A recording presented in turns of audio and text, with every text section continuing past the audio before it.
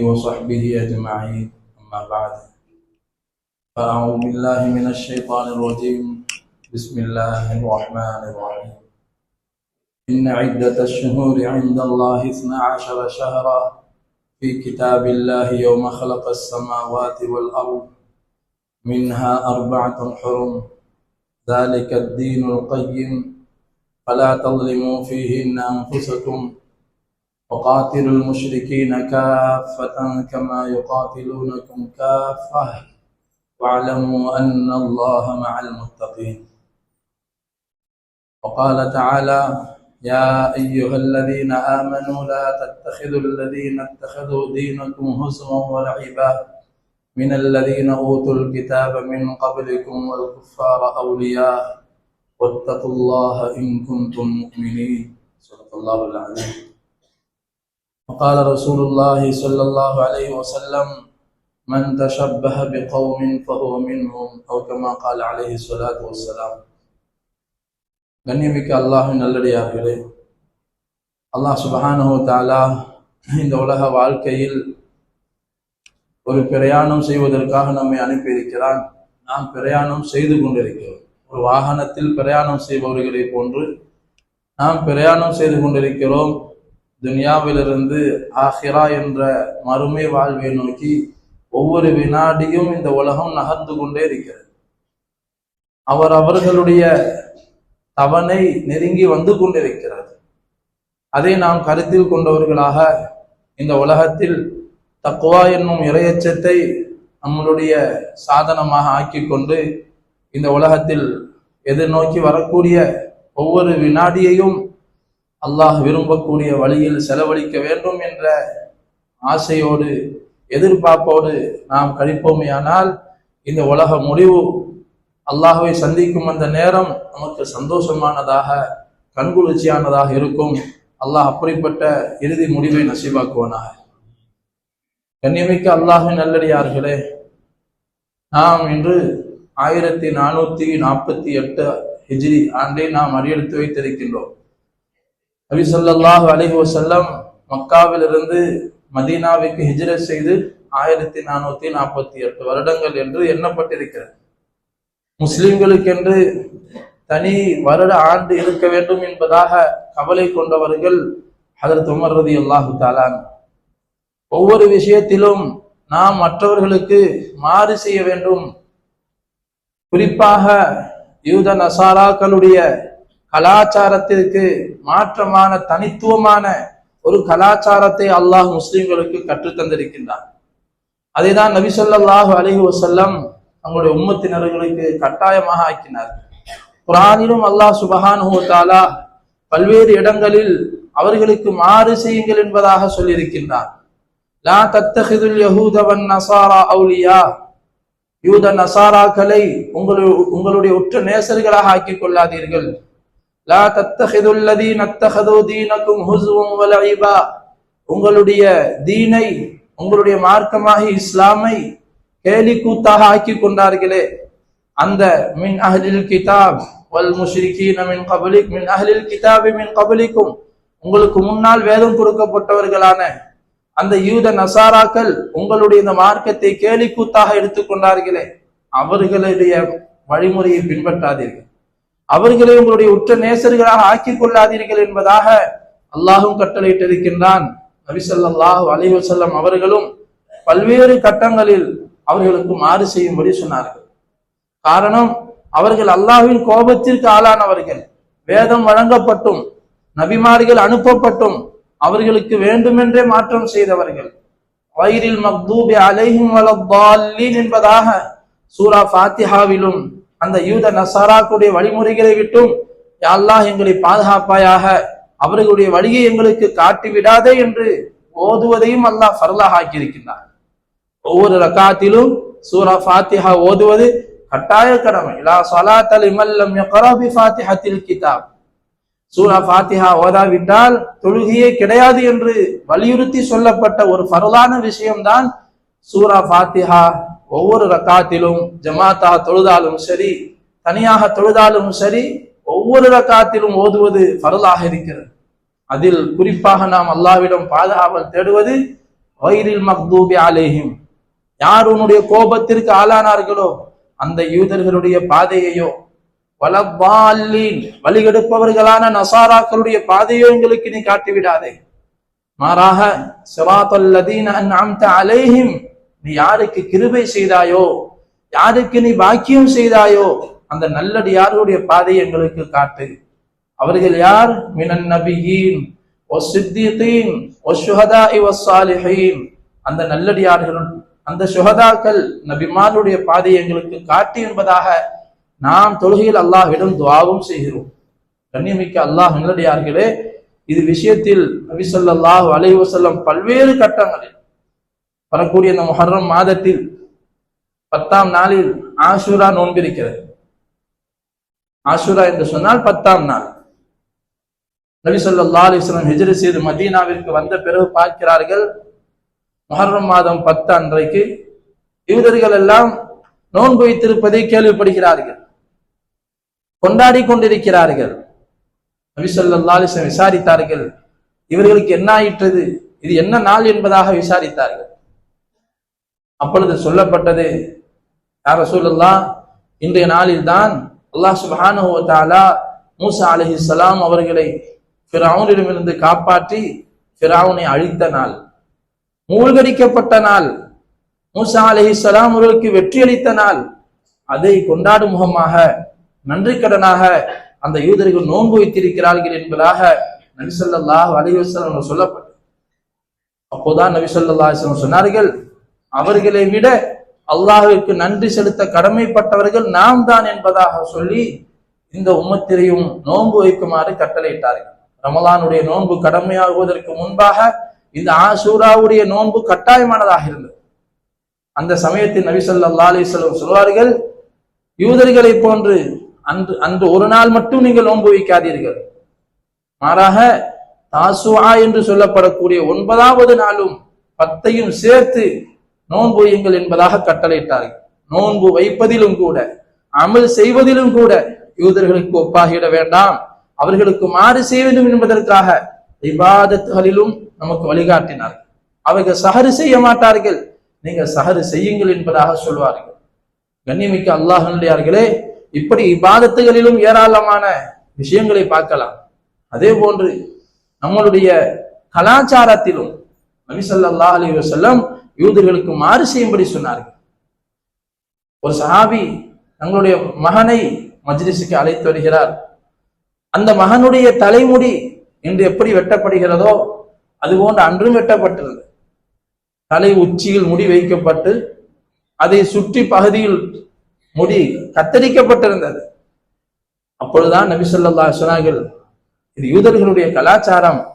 மன் தஷப்பஹ பிகௌமின், யார் ஒரு சமூகத்திற்கு ஒப்பாக தங்களை ஆக்கிக் கொள்வீர்களோ, அவர்களை போன்று தங்களுடைய கோலத்தை மாற்றிக் கொள்வீர்களோ, அவர்கள் அவர்களை சார்ந்தவர்கள் தான். நீங்கள் யாரை நேசிப்பீர்களோ, அல் மர்உ மஅ மன் அஹப்ப, யார் உலகத்தில் யாரை நேசிக்கிறீர்களோ அவர்களோடு தான் மறுமையில் இருப்பீர்கள். நல்லோர்களை நேசித்தால், நபிமார்களை நேசித்தால் அவர்களோடு சொர்க்கத்தில் இருக்கலாம். நாம் மாற்றார்களை, அல்லாஹ்விற்கு கோபத்திற்கு ஆளானவர்களை, அவர்களுடைய விஷயங்களை நாம் உள்ளத்தில் ஏற்போமேயானால், உள்ளத்தால் அதை ரசிப்போமேயானால், அது நம் வாழ்க்கையை கலாச்சாரமாக மாறிவிடுவோமேயானால், அதுவே நாம் சொர்க்கம் போவதற்கு தடையாகிவிடலாம். இதை நாம் கவனத்தில் கொண்டவர்களாக ஒவ்வொரு விஷயத்திலும் சுன்னத்தை நாம் பார்க்க வேண்டும்.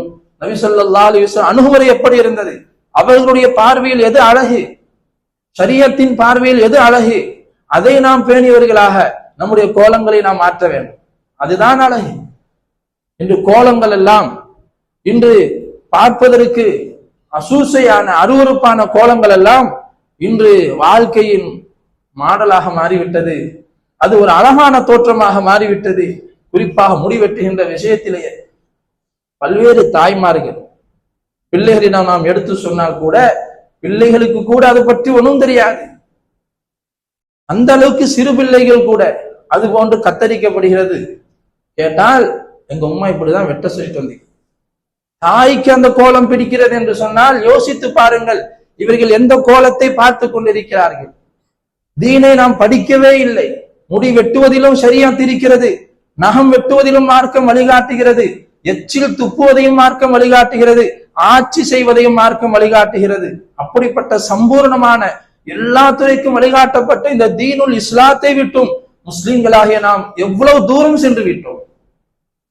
கண்ணிமிக்க அல்லாஹ்வுடையார்களே, சில அமல்களை செய்துவிட்டு நாம் திருப்தி அடைந்து கொண்டிருக்கிறோம். நான் ஐவேளை தொழுகையாளியாக இருக்கிறேன், நான் குர்ஆன் ஓதுகிறேன், நான் தர்மங்கள் செய்கிறேன், நான் அல்லாஹ்வின் இன்னபிற கட்டளைகளை நிறைவேற்றினேன் என்பதாக கொண்டு திருப்தி அடைவது இது ஷைத்தானின் மிகப்பெரிய மாற்றம். அல்லாஹ் ஒரு ஆயத்திலே சொல்லுவான், வல்லதீன யுக்தூன மா ஆதவ் வ குலூபுஹும் வஜிலா அன்னஹும் இலா ரப்பிஹிம் ராஜிஊன். அவர்கள் எப்படிப்பட்டவர்கள் என்று சொன்னால், அவர்கள் சில அமல்களை செய்துவிட்டு, எதை செய்தார்களோ அந்த காரியங்களை செய்துவிட்டு அவர்கள் அஞ்சி கொண்டிருப்பார்கள். வஜிலத் குலூபுஹும், அவருடைய உள்ளங்கள் எல்லாம் நடுநடுங்கிக் கொண்டிருக்கும்.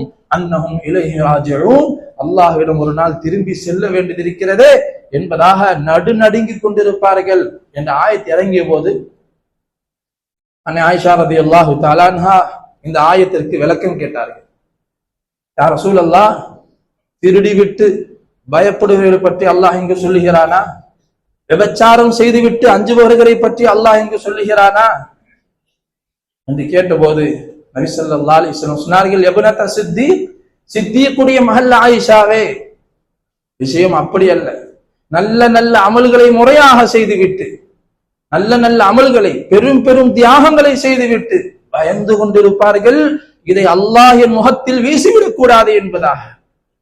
பரிபூர்ணமான தீனின்படி வாழ்ந்துவிட்டு பயந்தார்கள் அவர்கள். நாம் தீனிலே பல்வேறு குறைகளை செய்துவிட்டு தைரியமாக வந்து கொண்டிருக்கின்றோம், நான் சொர்க்கம் செல்வேன் என்பதாக. நமக்கும் அவர்களுக்கும் மத்தியில் எவ்வளவு பெரிய வித்தியாசம். கண்ணியமிக்க அல்லாஹ்வுடையார்களே, நாம் எந்த விஷயத்தினால் பிடிக்கப்படுவோமோ என்ற அச்சம் இருந்து கொண்டே இருக்க வேண்டும். ஒருத்தர் பிரயாணம் செய்கிறார், உலகத்திலே நாடு விட்டு நாடு போகிறார், அவருடைய எல்லா விஷயங்களையும் சரி செய்து கொள்கிறார். ஒரு சின்ன மாற்றம் வந்து விட்டால் நமக்கு ஏர்போர்ட்டில் பிரச்சனை ஏற்பட்டுவிடும் என்பதற்காக வரிக்கு வரி சரி பார்க்கிறார், டேட்டு சரியாக இருக்கிறதா பார்க்கிறார், நேரம் சரியாக இருக்கிறதா, பெயர் சரியாக இருக்கிறதா, விசா சரியாக இருக்கிறதா, எல்லாம் பார்த்து விட்டு அப்பொழுதும் உள்ளத்தில் அவருக்கு பயம் இருக்கும், ஒரு வகையான கலக்கம் இருக்கும். அந்த எமிகிரேஷனை தாண்டும் வரை அவர் நிம்மதியற்றவராக இருக்கிறார். எல்லாம் சரியா இருந்தும் பயம் இருக்குது உலகத்திலேயே. ஆனா எவ்வளவு பெரிய விஷயத்தை நம்ம கபர்ல சந்திக்க போறோம், அது இன்னைக்கு வருமா, நாளைக்கு வருமா, எந்த நாள் என் வாழ்நாளில் முடிவு நாள் என்றும் தெரியாத நிலையில் நாம் எப்படி தைரியமாக இருக்கிறோம். கண்ணியமிக்க அல்லாஹ்வுடையார்களே, ஹஜ்ரத் உமர் ரலியல்லாஹு தஆலா அன்ஹு நபி ஸல்லல்லாஹு அலைஹி வஸல்லம் வாழ்விலிருந்து இதை கற்றுக்கொண்ட அவர்கள் தங்களுடைய ஆட்சியின் போது இது விஷயத்தில் யோசித்தார்கள். எல்லா விஷயத்திற்கும் நமக்கென்ற ஒரு தனித்துவத்தை நபி ஸல்லல்லாஹு அலைஹி வஸல்லம் கற்று தந்திருக்கிறார்கள். அதன் மூலம் இஸ்லாம் ஜொலித்துக் கொண்டிருக்கிறது, வளர்ந்து கொண்டே இருக்கிறது. இருந்தாலும் ஒரு குறை இருக்கிறது. நாம் கடித தொடர்புகள் மூலமாக நமக்கும் மற்ற அரசர்களுக்கும் மத்தியில் தொடர்பு வைக்கின்ற பொழுது, நாம் தேதி எழுதும் பொழுது நாம் வருடத்தை, கிறிஸ்தவர்களுடைய வருடத்தை நாம் எழுதி கொண்டிருக்கிறோம். கிறிஸ்தவர்கள் ஈசா அலைஹிஸ்ஸலாத்துடைய பிறப்பை முன்வைத்து வருடத்தை நிர்ணயித்திருக்கிறார்கள். நாம் இதிலும் நாம் அவர்களுக்கு மாறு செய்தால் என்ன? இதிலும் நாம் அவர்களுக்கு மாறு செய்ய வேண்டும். முஸ்லிம்களுக்கு என்று ஒரு வருட பிறப்பு இருக்க வேண்டும் என்பதற்காக ஆலோசனை செய்தார்கள். எதையும் தன்னிச்சையாக முடிவு செய்பவர்கள் அல்ல சஹாபாக்கள். அம்ருஹும் ஷூரா பைனஹும், சஹாபாக்களை பற்றி அல்லாஹ் குர்ஆனிலே சிறப்பித்து சொல்லுவான். அவர் அந்த பெயரிலே ஒரு சூறாவே இருக்கிறது, ஷூரா என்பதாக. அவர்கள் தங்களுக்கு இடையில் ஆலோசனை செய்து முடிவு செய்வார்கள். சின்ன சின்ன விஷயத்துக்கெல்லாம் மஷூரா செய்வார். நம்முடைய குடும்ப விஷயமா இருந்தாலும் சரி, ஒரு வியாபார விஷயமா இருந்தாலும் சரி, ஒரு முஹல்லா விஷயமாக இருந்தாலும் சரி, ஒரு சமூகம், ஒரு ஊர் சார்ந்த விஷயமாக இருந்தாலும் சரி, நாம் ஆலோசனை செய்து எந்த முறையில் ஆலோசனை செய்யணும் அதையும் நாம் படிக்கணும். இன்றும் மீட்டிங் நடக்கிறது, அதில் சண்டைகள் வருகிறது, பிரச்சனைகள் வருகிறது என்று சொன்னால் அதற்கு ஷரியத் பொறுப்பாக. மார்க்கத்தில் மஷூரா செய்வதற்கும் ஒழுக்கங்கள் கற்பிக்கப்பட்டிருக்கிறது, அதையும் நாம் படிக்க வேண்டும். அந்த முறையில் மஷூராக்கள் செய்வார்கள். அதை கற்றுக் கொடுத்தார்கள் சஹாபாக்களுக்கு. ஏனென்று சொன்னால் மஷூராவில் வஹீனுடைய பரக்கத் இருக்கிறது. மஷூராவின் மூலம் பல்வேறு விஷயங்கள் உலகளாவிய அளவில் நலவுகளுக்கு காரணமாக இருந்திருக்கிறது. குர்ஆன் ஒன்று சேர்க்கப்பட்டது, பாங்கு உலகத்தில் நிலைநாட்டப்பட்டது. அது போன்றுதான் இந்த ஹிஜ்ராவும். முஸ்லீம்களுக்கு என்று வருடப்பிறப்பு எதுவாக வைக்கலாம் என்பதாக ஆலோசனை செய்கிறார்கள். நமக்கென்ற வருடப்பிறப்பை தான் நாம் கடிதத்தில் எழுத வேண்டும். அப்பொழுதுதான் ஒவ்வொருத்தரும் அபிப்பிராயம் சொன்னார்கள். சிலர் சொன்னார்கள், நபி ஸல்லல்லாஹு அலைஹி வஸல்லம் பிறந்த வருடத்தை நாம் நம்முடைய வருடப்பிறப்பாக வைக்கலாம். சிலர் சொன்னார்கள், நபி ஸல்லல்லாஹு அலைஹி வஸல்லம் அவர்கள் எப்பொழுது நபியாக ஆனார்களோ அதை நாம் வருடப்பிறப்பாக ஆக்கலாம். இப்படி ஒவ்வொரு சஹாபியும் ஒவ்வொரு அபிப்பிராயத்தை சொல்லுகிறார்கள். எதுவும் திருப்தியாக உமர் ரலியல்லாஹு தஆலா தெரியவில்லை. ஒரு விஷயத்தை நாம் முடிவு செய்தால் அது படிப்பினைக்குரிய விஷயமாக இந்த உம்மத்திற்கு இருக்க வேண்டும். அதை நினைவு கூறும் காலம் எல்லாம் இந்த உம்மத்தில் மறுமலர்ச்சி உண்டாக வேண்டும். அப்படிப்பட்ட விஷயத்தை நாம் முடிவு செய்ய வேண்டும் என்பதற்காக இன்னும் அபிப்பிராயம் கேட்கிறார்கள். கடைசியாக அலி ரலியல்லாஹு தஆலா மௌனமாக இருந்தார்கள். தங்களுடைய அபிப்பிராயம் என்ன என்று கேட்டபோது அலி ரலியல்லாஹு தஆலா சொன்னார்கள், இந்த இஸ்லாம் உலகத்தில் மறுமலர்ச்சி அடைவதற்கு காரணம் ஹிஜ்ரத்து தான். எதுவரை நாம் மக்காவில் இருந்தோமோ அதுவரை இஸ்லாம் முஷ்ரிக்கீன்களின் ஆதிக்கத்தில் இருந்தது. கொடுமைக்குள்ளாக்கப்பட்டு கொடுமை செய்யப்பட்டு கொண்டிருந்தோம். எப்பொழுது நாம் ஹிஜ்ரத் செய்து மதீனாவிற்கு வந்தோமோ, நபி ஸல்லல்லாஹு அலைஹி வஸல்லம் ஹிஜ்ரத் செய்து மதீனாவிற்கு வந்தார்களோ, இந்த மதீனத்து மக்கள் எல்லாம் அன்சார்களாக ஆகி நமக்கு உதவியாளர்களாக, அரவணைப்பாளர்களாக, தீனுடைய விஷயத்தில் நம்மோடு பங்காளிகளாக ஆகி முழு உலகத்தில் இந்த தீனை சேர்ப்பதற்கு அது ஒரு காரணமாக இருந்ததோ, அந்த ஹிஜ்ரத்தை வருடாந்திரமாக வைத்தால், வருட துவக்கமாக வைத்தால் நன்றாக இருக்கும் என்று சொன்ன சமயத்தில் அந்த தூர நோக்கத்தை சிந்தித்தவர்களாக ஹதரத் உமர் ரலியல்லாஹு தஆலா அன்ஹு அதை சட்டமாக ஆக்கினார்கள். ஹிஜ்ரி ஆண்டை வருடப்பிறப்பாக ஆக்கியதின் பொருட்டால் வருடம் முஸ்லிம்கள் நினைவு கூற வேண்டும். தீனுக்காக எவ்வளவு தியாகம் செய்திருக்கிறார்கள். அந்த தியாகத்தினால் இந்த இஸ்லாம் எப்படி உலகத்தில் பரவியது, அது உலகம் காலம் உள்ளவரை முஸ்லிம்கள் ஹிஜ்ரத் செய்பவர்களாக இருக்க வேண்டும். அதிலிருந்து படிப்பினை எடுத்து தீனுக்காக பிரயாணம் செய்யக்கூடிய கூட்டம் இருந்து கொண்டே இருக்க வேண்டும். நம்முடைய பிரயாணம் எல்லாமே துன்யாக்கு தான். பெரும்பாலும் நம்முடைய பிரயாணங்கள் நபி ஸல்லல்லாஹு அலைஹி வஸல்லம் நபியானதிலிருந்து அவருடைய பிரயாணங்கள் எல்லாம் தீனுக்காக இருந்தது. தீனுக்காக, மக்களை சந்திப்பதற்காக, போகும் வழியிலும் தாவத் கொடுத்தவர்களாக. சஹாபாக்களும் அப்படித்தான் தங்களை மாற்றிக்கொண்டார்கள். ஒரு நாட்டிலிருந்து ஒரு நாட்டிற்கு அவர்கள் சென்றார்கள் என்று சொன்னால் அங்கு தீனை ஹயாத்தாக்க வேண்டும் என்ற நோக்கில் செல்வார்கள். அங்கு போய் வியாபாரமும் செய்வார்கள், அங்கு கபரையும் அமைத்துக் கொண்டார்கள். வியாபாரத்தின் மூலம் தீனை நிலைநாட்டிய சஹாபாக்களும் இருக்கிறார்கள். கண்ணியமிக்க அல்லாஹ் நல்லடியார்களே, தீனுக்காக ஹிஜ்ரத் செய்யக்கூடிய ஒரு நிலையை நம்மிடத்தில் நாம் உண்டாக்கி கொள்ள வேண்டும். வருடப்பிறப்பு வந்திருக்கிறது என்று சொன்னால் நம்முடைய கடந்த கால ஒவ்வொரு கட்டமும் தாண்டும் பொழுது, புதிய நிலையை நாம் அடையும் பொழுது, கடந்த காலத்தின் பாவங்களை நினைத்து அல்லாஹ்விடம் தௌபா செய்தவர்களாக, ஹஜ்ஜை முடித்த ஹாஜிகளும் திரும்பி வந்திருக்கக்கூடிய சமயம், புனிதமான மாதங்கள் இதெல்லாம். துல்காதா, துல்ஹிஜ்ஜா, முஹர்ரம், மூன்றும் தொடர்ச்சியாக வரக்கூடிய மாதத்தை அல்லாஹ் சொல்கிறான், இது புனிதமான மாதங்கள் என்பதாக. இந்த மாதத்தில் பாவங்கள் செய்யக்கூடாது, யாரும் யாருக்கும் அநியாயம் செய்யக்கூடாது, எந்த காலத்திலும் செய்யக்கூடாது. குறிப்பாக இந்த 3 மாதங்கள், ரஜப் என்பது தனியாக வருகிறது, அது 4வது மாதம். மின்ஹா அர்பஅத்துன் ஹுரும், இந்த 12 மாதங்களில் 4 மாதங்கள் புனிதம் செய்யப்பட்ட மாதம் என்பதாக அல்லாஹ் சொல்லியிருக்கின்றான். அப்படிப்பட்ட மாதத்தில் ஹஜ்ஜுடைய காலமும் முடிந்து ஹாஜிகளும் வந்து கொண்டிருக்கிறார்கள். இவர்கள் எல்லாம் ஒரு படிப்பினை எடுத்துக்கொண்டவர்களாக இந்த ஹஜ்ஜையும் பாதுகாக்க வேண்டும், கரையப்படியாக ஹஜ்ஜாக நாளை மறுமையில் அல்லாஹ்வை சந்திக்க வேண்டும் என்ற அடிப்படையில் நாம் படிப்பினை எடுத்துக்கொண்டு இந்த தீனை நிலைநாட்ட முயற்சி செய்ய வேண்டும். இந்த ஃபர்லுகள் நாம் எல்லாம் நமது ஊரில் மாஷா அல்லாஹ் அதிகமான மக்கள் ஆண்களும் பெண்களுமாக வாலிபர்களாக ஹஜ்ஜு செய்து விட்டு வந்தோம், பெரும் பாக்கியசாலிகள். ஆனா சுற்றியுள்ள கிராமத்தில் போய் பார்த்தால் இப்படிப்பட்ட வசதிப்பட்டவர்கள் யாரும் ஹஜ்ஜு செய்வது பெரும்பாலும் கிடையாது. ஹஜ்ஜு கடமையாகவும் ஹஜ்ஜு செய்யாத நிலை, தொழுகையே இல்லை. ஹஜ்ஜை பத்தி எங்க போய் பேசுறது? கண்ணியமிக்க அல்லாஹ்வுடைய ஆகிலே கவலைப்பட வேண்டும். தீனுக்காக சின்ன சின்ன ஹிஜ்ரத்துகளை நாம் செய்ய வேண்டும்.